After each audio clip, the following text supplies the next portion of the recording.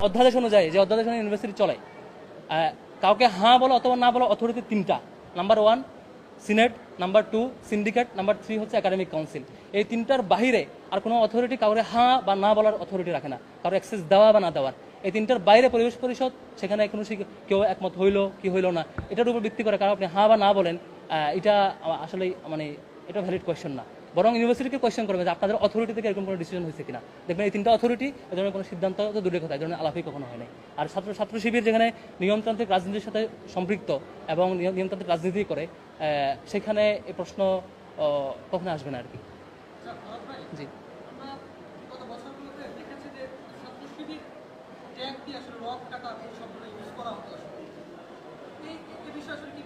এটা আমি সহজ করে বলি, আপনি রক কাটা লিখে গুগলে সার্চ করবেন, দেখবেন সব ক্রাইম আমি ছাত্রলীগের নামে আপনি যা সার্চ করবেন। শিবিরের নামে কোনো ডকুমেন্ট কোনো কিছু পাবেন না, কোথাও পাবেন না। খুবই স্বাভাবিক। ফেসিবাদ দীর্ঘদিন ধরে যখন একটা রিপিটেডলি এস্টাবলিশ করতে চাইবে, সেখানে আপনি কথা বললে আপনারা ট্যাগ দিয়ে মারে ফেলবে, আপনি এখানে একটা এস্টাবলিশ করতে খুবই স্বাভাবিক। কারণ এখানে প্রত্যেকটা উপাদানে এটাকে হেল্প করছে, কেউ উপাদানটা বিরোধিতা করতে পারে নাই। এই উপাদান যে নেগেটিভ যে এস্টাবলিশ করো না কেন, কেউ হয়তো সমর্থন দেয় নাই কিন্তু বিরোধিতা কেউ করতে পারে নাই। সমন্বিত সামগ্রিক ইফোর্ট দিয়ে যখন একটা ন্যারেটিভ দাঁড় করায়, ন্যারেটিভ এস্টাবলিশ হতে বাধ্য। এখন এটা ন্যারেটিভ রাইট অর রং, এটা সিদ্ধান্ত দিবেন আপনারা, আপনার সাংবাদিকরা যারা আছেন তারা যাচাই করবেন, অ্যানালাইসিস করবেন যে এটা সত্য কিনা। এটা আপনার দায়িত্ব। এই যে একটু আগে বলেছি যে ছাত্র রাজনীতি ফরম্যাটে থাকবে, ইউনিভার্সিটি কোনো ব্যাপারে সিদ্ধান্ত দেওয়ার অথরিটি ছাত্র রাজনীতি থাকবে না, এটা ডিফাইন করবে ইউনিভার্সিটি প্রশাসন। তারপর ছাত্র রাজনীতি একটা পরিবর্তিত রূপ, সুন্দর একটা রূপ আসবে। আরেকটা যেটা বিষয় যে সরকার, বিগত যে সরকার আপনাদেরকেই কেন এত নিষিদ্ধ, আপনাদেরকে বিশ্বের কাছে নিষিদ্ধ সংগঠন জঙ্গি হিসেবে পরিচয় কেন করিয়ে আপনারাই? দেখেন, খুবই উত্তর, খুবই সহজ উত্তর হচ্ছে 2009-8 সালের নির্বাচন পরবর্তী যখন আওয়ামী লীগ ক্ষমতা আসে, তারা এখানে তাদের ফেসিবাদ কায়েমের কিছু ব্যারিয়ার মনে করেছে। আপনি দেখবেন যে প্রথমে হয় হচ্ছে সেনা হত্যাকাণ্ড বিডিআর বিদ্রোহের নামে, এটা প্রথম ব্যারিয়ার হচ্ছে সেনাবাহিনী, নির্দেশপ্রেমী সেনাবাহিনী এদের ব্যারিয়ার হতে পারে, এদেরকে প্রথমে হত্যা করেছে। আর সেকেন্ড, আমি যেটা বিশ্বাস করি যে সেকেন্ড ফেসিবাদ কায়েমের সবচাইতে শক্তিশালী বাধা মনে করেছে ছাত্র শিবিরকে, এই জন্য প্রথম থেকে ছাত্র শিবিরের উপর অ্যাটাক করেছে। দেশব্যাপী এমন কোনো লেয়ার নাই যে লেয়ারে ছাত্র শিবিরের অ্যাটাক হয় নাই। আপনি দেখবেন যে খুবই তৃণমূল পর্যায়ে আমি অসংখ্য ভাইকে দেখেছি যে সে নামাজ পড়ছে, ওখান থেকে ধরে নিয়ে বলছে যে অস্ত্রসহ গ্রেপ্তার গিয়ে হচ্ছে করছে। মানে একটা ছাত্র সংগঠনের কেন্দ্রীয় সভাপতিকে বিনা অভিযোগে বিনা অপরাধে 56 দিন টানা রিমান্ডে রেখেছে, কেউ কিছু বলতে পারে নাই। এই সিনেমাগুলো আপনারা দেখেছেন ইতিপূর্বে। এখন এই মুহূর্তে সাধারণ শিক্ষার্থীদের কাছ থেকে আপনারা কি সাড়া পাচ্ছেন? সাধারণ শিক্ষার্থীরা আপনাদেরকে কিভাবে গ্রহণ করছে? আপনারা হলগুলোতে গেলেই দেখবেন যে আমাদের ব্যাপারে আমরা সভাপতি সেক্রেটারি দুজনেই পরিচিত হওয়ার পরে অলমোস্ট পজিটিভ, পুরোপুরি পজিটিভ, কারণ আমরা এদের সাথে ছিলাম। এমন না, অনেকেই ফেসিবাদ দুইটা জিনিস কায়েম করছে, আমি আপনাদেরকে ক্লিয়ার করি। একটা হচ্ছে শিবিরের ব্যাপারে একটা ভীতি তৈরি করছে, একটা শিবিরকে প্রথম যেটা করেছে শিবিরের সকল অফিস, কেন্দ্রীয় অফিস থেকে ওয়ার্ড অফিস পর্যন্ত, উপশাখা অফিস পর্যন্ত সকল অফিস সিলগালা করে লক করে দিয়ে শিবিরকে কাজ করতে দেয় নাই। নাম্বার 1। নাম্বার 2 হচ্ছে জনগণকে ডিটাচ করার পরে নাম্বার 2 হচ্ছে শিবিরের ব্যাপারে একটা শিবির ভীতি তৈরি করেছে, শিবির ফোবিয়া তৈরি করার চেষ্টা করেছে। আমাদের অ্যানাউন্সমেন্টের পরে, আমাদের পরিচয় আসার পরে শিক্ষার্থীরা বরাবরের মতো এই পুরো বয়ান একেবারে ভেঙে গেছে, কারণ আমি তো তাদের সাথেই ছিলাম, আমি তাদের সাথেই হলে ছিলাম। আমার ব্যক্তিত্ব, আমার আচরণ দীর্ঘ 5 বছর খুঁটে খুঁটে যারা অ্যানালাইসিস করার সুযোগ পেয়েছে, তারা নতুন করে কিছু ভাববার সুযোগ নাই, তারাই ফিডব্যাক দিচ্ছে অনলাইনে, আপনারা দেখতে পারেন। বড় একটা জেনারেশন শিবিরকে ভালোভাবে চিনি না, তাদেরকে ভালোভাবে চেনাতে আপনারা কি করবেন, কি উদ্যোগ নেবেন? অলরেডি যে আমাদের আত্মপ্রকাশটাই, আমাদের ব্যাপারে যে প্রকাশিত হওয়াটাই একটা বড় উদ্যোগ।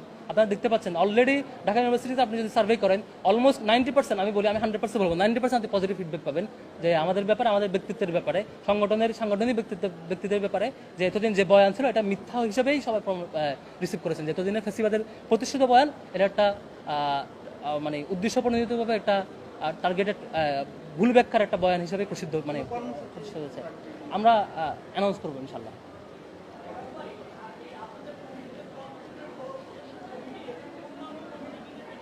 আমরা পূর্ণাঙ্গ কমিটি খুব শীঘ্রই অ্যানাউন্স করবো, আপাতত তার আগে স্পেসিফিক বলছি না, আমাদেরকে একটু সময় দেন, আমরা অ্যানাউন্স করবো। কমিটি গঠনের প্রক্রিয়া, এটা খুব দারুণ কোয়েশ্চেন করেছেন। এখানে খুবই ক্লিয়ার করি, দেখেন অন্যান্য ছাত্র সংগঠনগুলোর ক্ষেত্রে ছাত্রলীগ কিংবা ছাত্রদলের ক্ষেত্রে কমিটিতে কে হবে, কমিটিতে কে আসবে, এই অ্যানাউন্সমেন্ট দেয় তাদের একটা অর্গানাইজেশন, উনি দাঁড়িয়ে বলেন যে অমুক জায়গায় সভাপতি হবে, অমুক সেক্রেটারি হবে, এইভাবে ঘোষণা দেয়। ছাত্র শিবিরের কমিটি অ্যানাউন্স কিংবা ডিজলভ করার অথরিটি ছাত্র শিবিরের নিজের। ছাত্র শিবিরের অধীনস্থ যে ম্যান পাওয়াররা থাকে, যে জনশক্তিরা থাকে, তারাই ডিসাইড করে তাদের সভাপতি কী হবে, তারাই মতামত দেয়। ব্যক্তিত্ব বিবেচনায়, তাদের ক্যাপাসিটি বিবেচনায় তারাই মতামত দিয়ে ডিফাইন করে যে আমাদের অমুককে আমরা সভাপতি হিসেবে চাই। এখানে আর কোনো আমাদের এটা ছাত্র শিবির একটা মানে স্বাধীন সংগঠন, তার নিজস্ব একটা গঠনতন্ত্র এবং নিজস্ব একটা ফ্রেমওয়ার্ক আছে, এটা ওপেন, আপনারা অনলাইনে সার্চ করলে পাবেন, সেই অনুযায়ী কাজ করে। এখানে আর কারো কোনো অথরিটি নাই, কেউ এখানে বলতে পারে না কমিটি অ্যানাউন্স কিংবা ডিজলভ করার। কমিটি অ্যানাউন্স কিংবা ডিজলভ পুরোটাই ক্যাপাসিটি তার অধীনস্থ ম্যান পাওয়ারের। অধীনস্থ ম্যান পাওয়ার তার দায়িত্বশীলকে বা নেতাকে যেভাবে দেখেছে সেটা অ্যানালাইসিস করে তাদের মতামতের ভিত্তিতে তার দায়িত্বশীল নির্ধারণ হয়। আশা করি আচ্ছা, আমি একটা প্রশ্ন যোগ করি আগেরটার সাথে। আপনি বলেছেন 3টা অথরিটি আছে বিশ্ববিদ্যালয়ে রাজনীতির বিষয়ে সিদ্ধান্ত না, নিয়ে। রাজনীতির ব্যাপারে না, এটা হচ্ছে ইউনিভার্সিটির যে কোনো ব্যাপারে ইয়েস অর নো বলার ব্যাপারে এই 3টা। আমরা তো যেহেতু রাজনীতির প্রশ্নটা করেছি ছাত্র শিবিরের রাজনীতি নিয়ে, ছাত্রদলের সভাপতি যিনি তিনি স্পষ্ট করে বলেছেন যে ছাত্র শিবির আসলে রাজনীতি করবে কিনা এটা আমরা বিশ্ববিদ্যালয়ের যারা অন্যান্য রাজনৈতিক দলগুলো আছে, ছাত্র সংগঠনগুলো আছে, তারা মিলে বসে একটা সিদ্ধান্ত নিতে হবে। এই বিষয়টা আসলে কিভাবে দেখবেন? আচ্ছা, ওনার প্রশ্নটা হচ্ছে যদি অন্য দলগুলো মিলে সিদ্ধান্ত নেয়।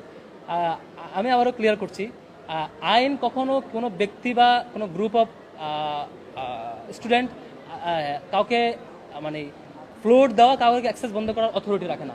এটা অথরিটি একমাত্র প্রশাসনেরই এটার আইনি অধিকারপ্রাপ্ত ব্যক্তিবর্গ করায়। আর এর বাইরে যেগুলো আইনি প্রচেষ্টা, এগুলো এই যে মব জাস্টিসকে যেমন আপনারা বিরোধিতা করেছেন না, এটার মূল্য এখানে বাকি কেউ এখানে হ্যাঁ না বলার অথরিটি রাখে না। এটা নিঃসন্দেহে তারাও একমত পোষণ করবে। আর দ্বিতীয় হচ্ছে ছাত্রদেরকে গ্রহণ করবে কিনা এটা শিক্ষার্থীরা বলবে। আপনার শিক্ষার্থীরা রেসপন্স চাইতে পারেন, শিক্ষার্থীরা ছাত্রছাত্রীকে গ্রহণ করবে কি করবে না, নাকি বয়কট করবে, এটা তার সিদ্ধান্ত নেবেন। অবাক এবং চমৎকারভাবে গ্রহণ করছেন দুইটাই। এই আন্দোলনের সময় দেখেছি নারী শিক্ষার্থীদের সদস্যরা অংশগ্রহণ করে। জি ভাই, কোথায় আন্দোলনে? এটাই তো বলেছি, আন্দোলনটা কোনো দলের ছিল না। আন্দোলনটা সকল মতের, সকল দলের, তার মত, দল, বর্ণ, ধর্ম পরিচয় ভুলে গিয়ে তাদের আন্দোলন। এখানে একক কোনো কারো সাজার, কারো অ্যাক্টিভিজম সাজার সুযোগ নাই। এখানে সবার মতের, সবার কমন টার্গেটে সবাই একাকারে মিলিত হয়েছে। এই আন্দোলনটা ছিল কোটা আন্দোলনের পরবর্তী অনেকে যখন শহীদ হয়েছে, তারপর এটা সরাসরি পরবর্তীতে এটার ওই শহীদদের এই রক্তের বদলা নেওয়ার বিচার চেয়ে আন্দোলন। তাও যখন বিচার চাওয়া হয় না, এক পর্যায়ে এক দফা আন্দোলন চলে যায় আর কি। ভাই আমরা অনলাইনে একটা জিনিস পেয়েছি। ভাই শেষে শিবির যখন নির্যাতিত হয়েছে তখন কোনো ছাত্র সংগঠন কথা বলে নাই, প্রতিবাদ করে নাই। কিন্তু এখন তারা প্রকাশ্যে রাজনীতি করতে যাচ্ছে, অনেক সংগঠন কথা বলছে। এটাকে কিভাবে দেখেন? কোনো সংগঠন কথা বলে না একেবারে এরকম বলবো না। কখনো সুবোধ সম্পন্ন অনেক যাদের সুযোগ হয়েছে, তারা শিবিরের শিবিরের উপর টর্চারের ব্যাপারে বারবার কথা বলার চেষ্টা করেছেন, কথা বলেছেন, অনেকে বলেন নাই।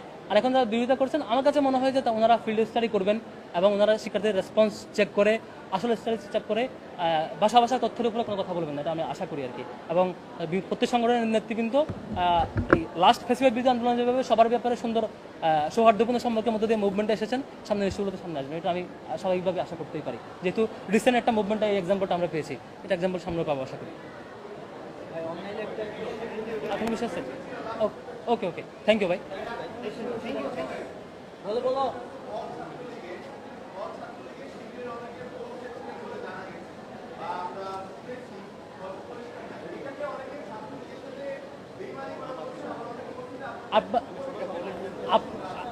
আপনাদের কাছে এরকম সুস্পষ্ট প্রমাণ থাকলে আমাদেরকে দিবেন। আর কারো ভাষা তথ্য এবং অভিযোগের ভিত্তিতে আমার মনে হয় এই ধরনের কোয়েশ্চেন একটা মজলুম সংগঠনকে, যে সংগঠন সবচাইতে বেশি নির্যাতিত, সবচাইতে বেশি নেতাকর্মী হারিয়েছে, সবচাইতে বেশি তার সবকিছু হারাতে হয়েছে, সেই সংগঠনকে কোয়েশ্চেন করা ভ্যালিড না। আসলে এটা আবার একটা জুলুম।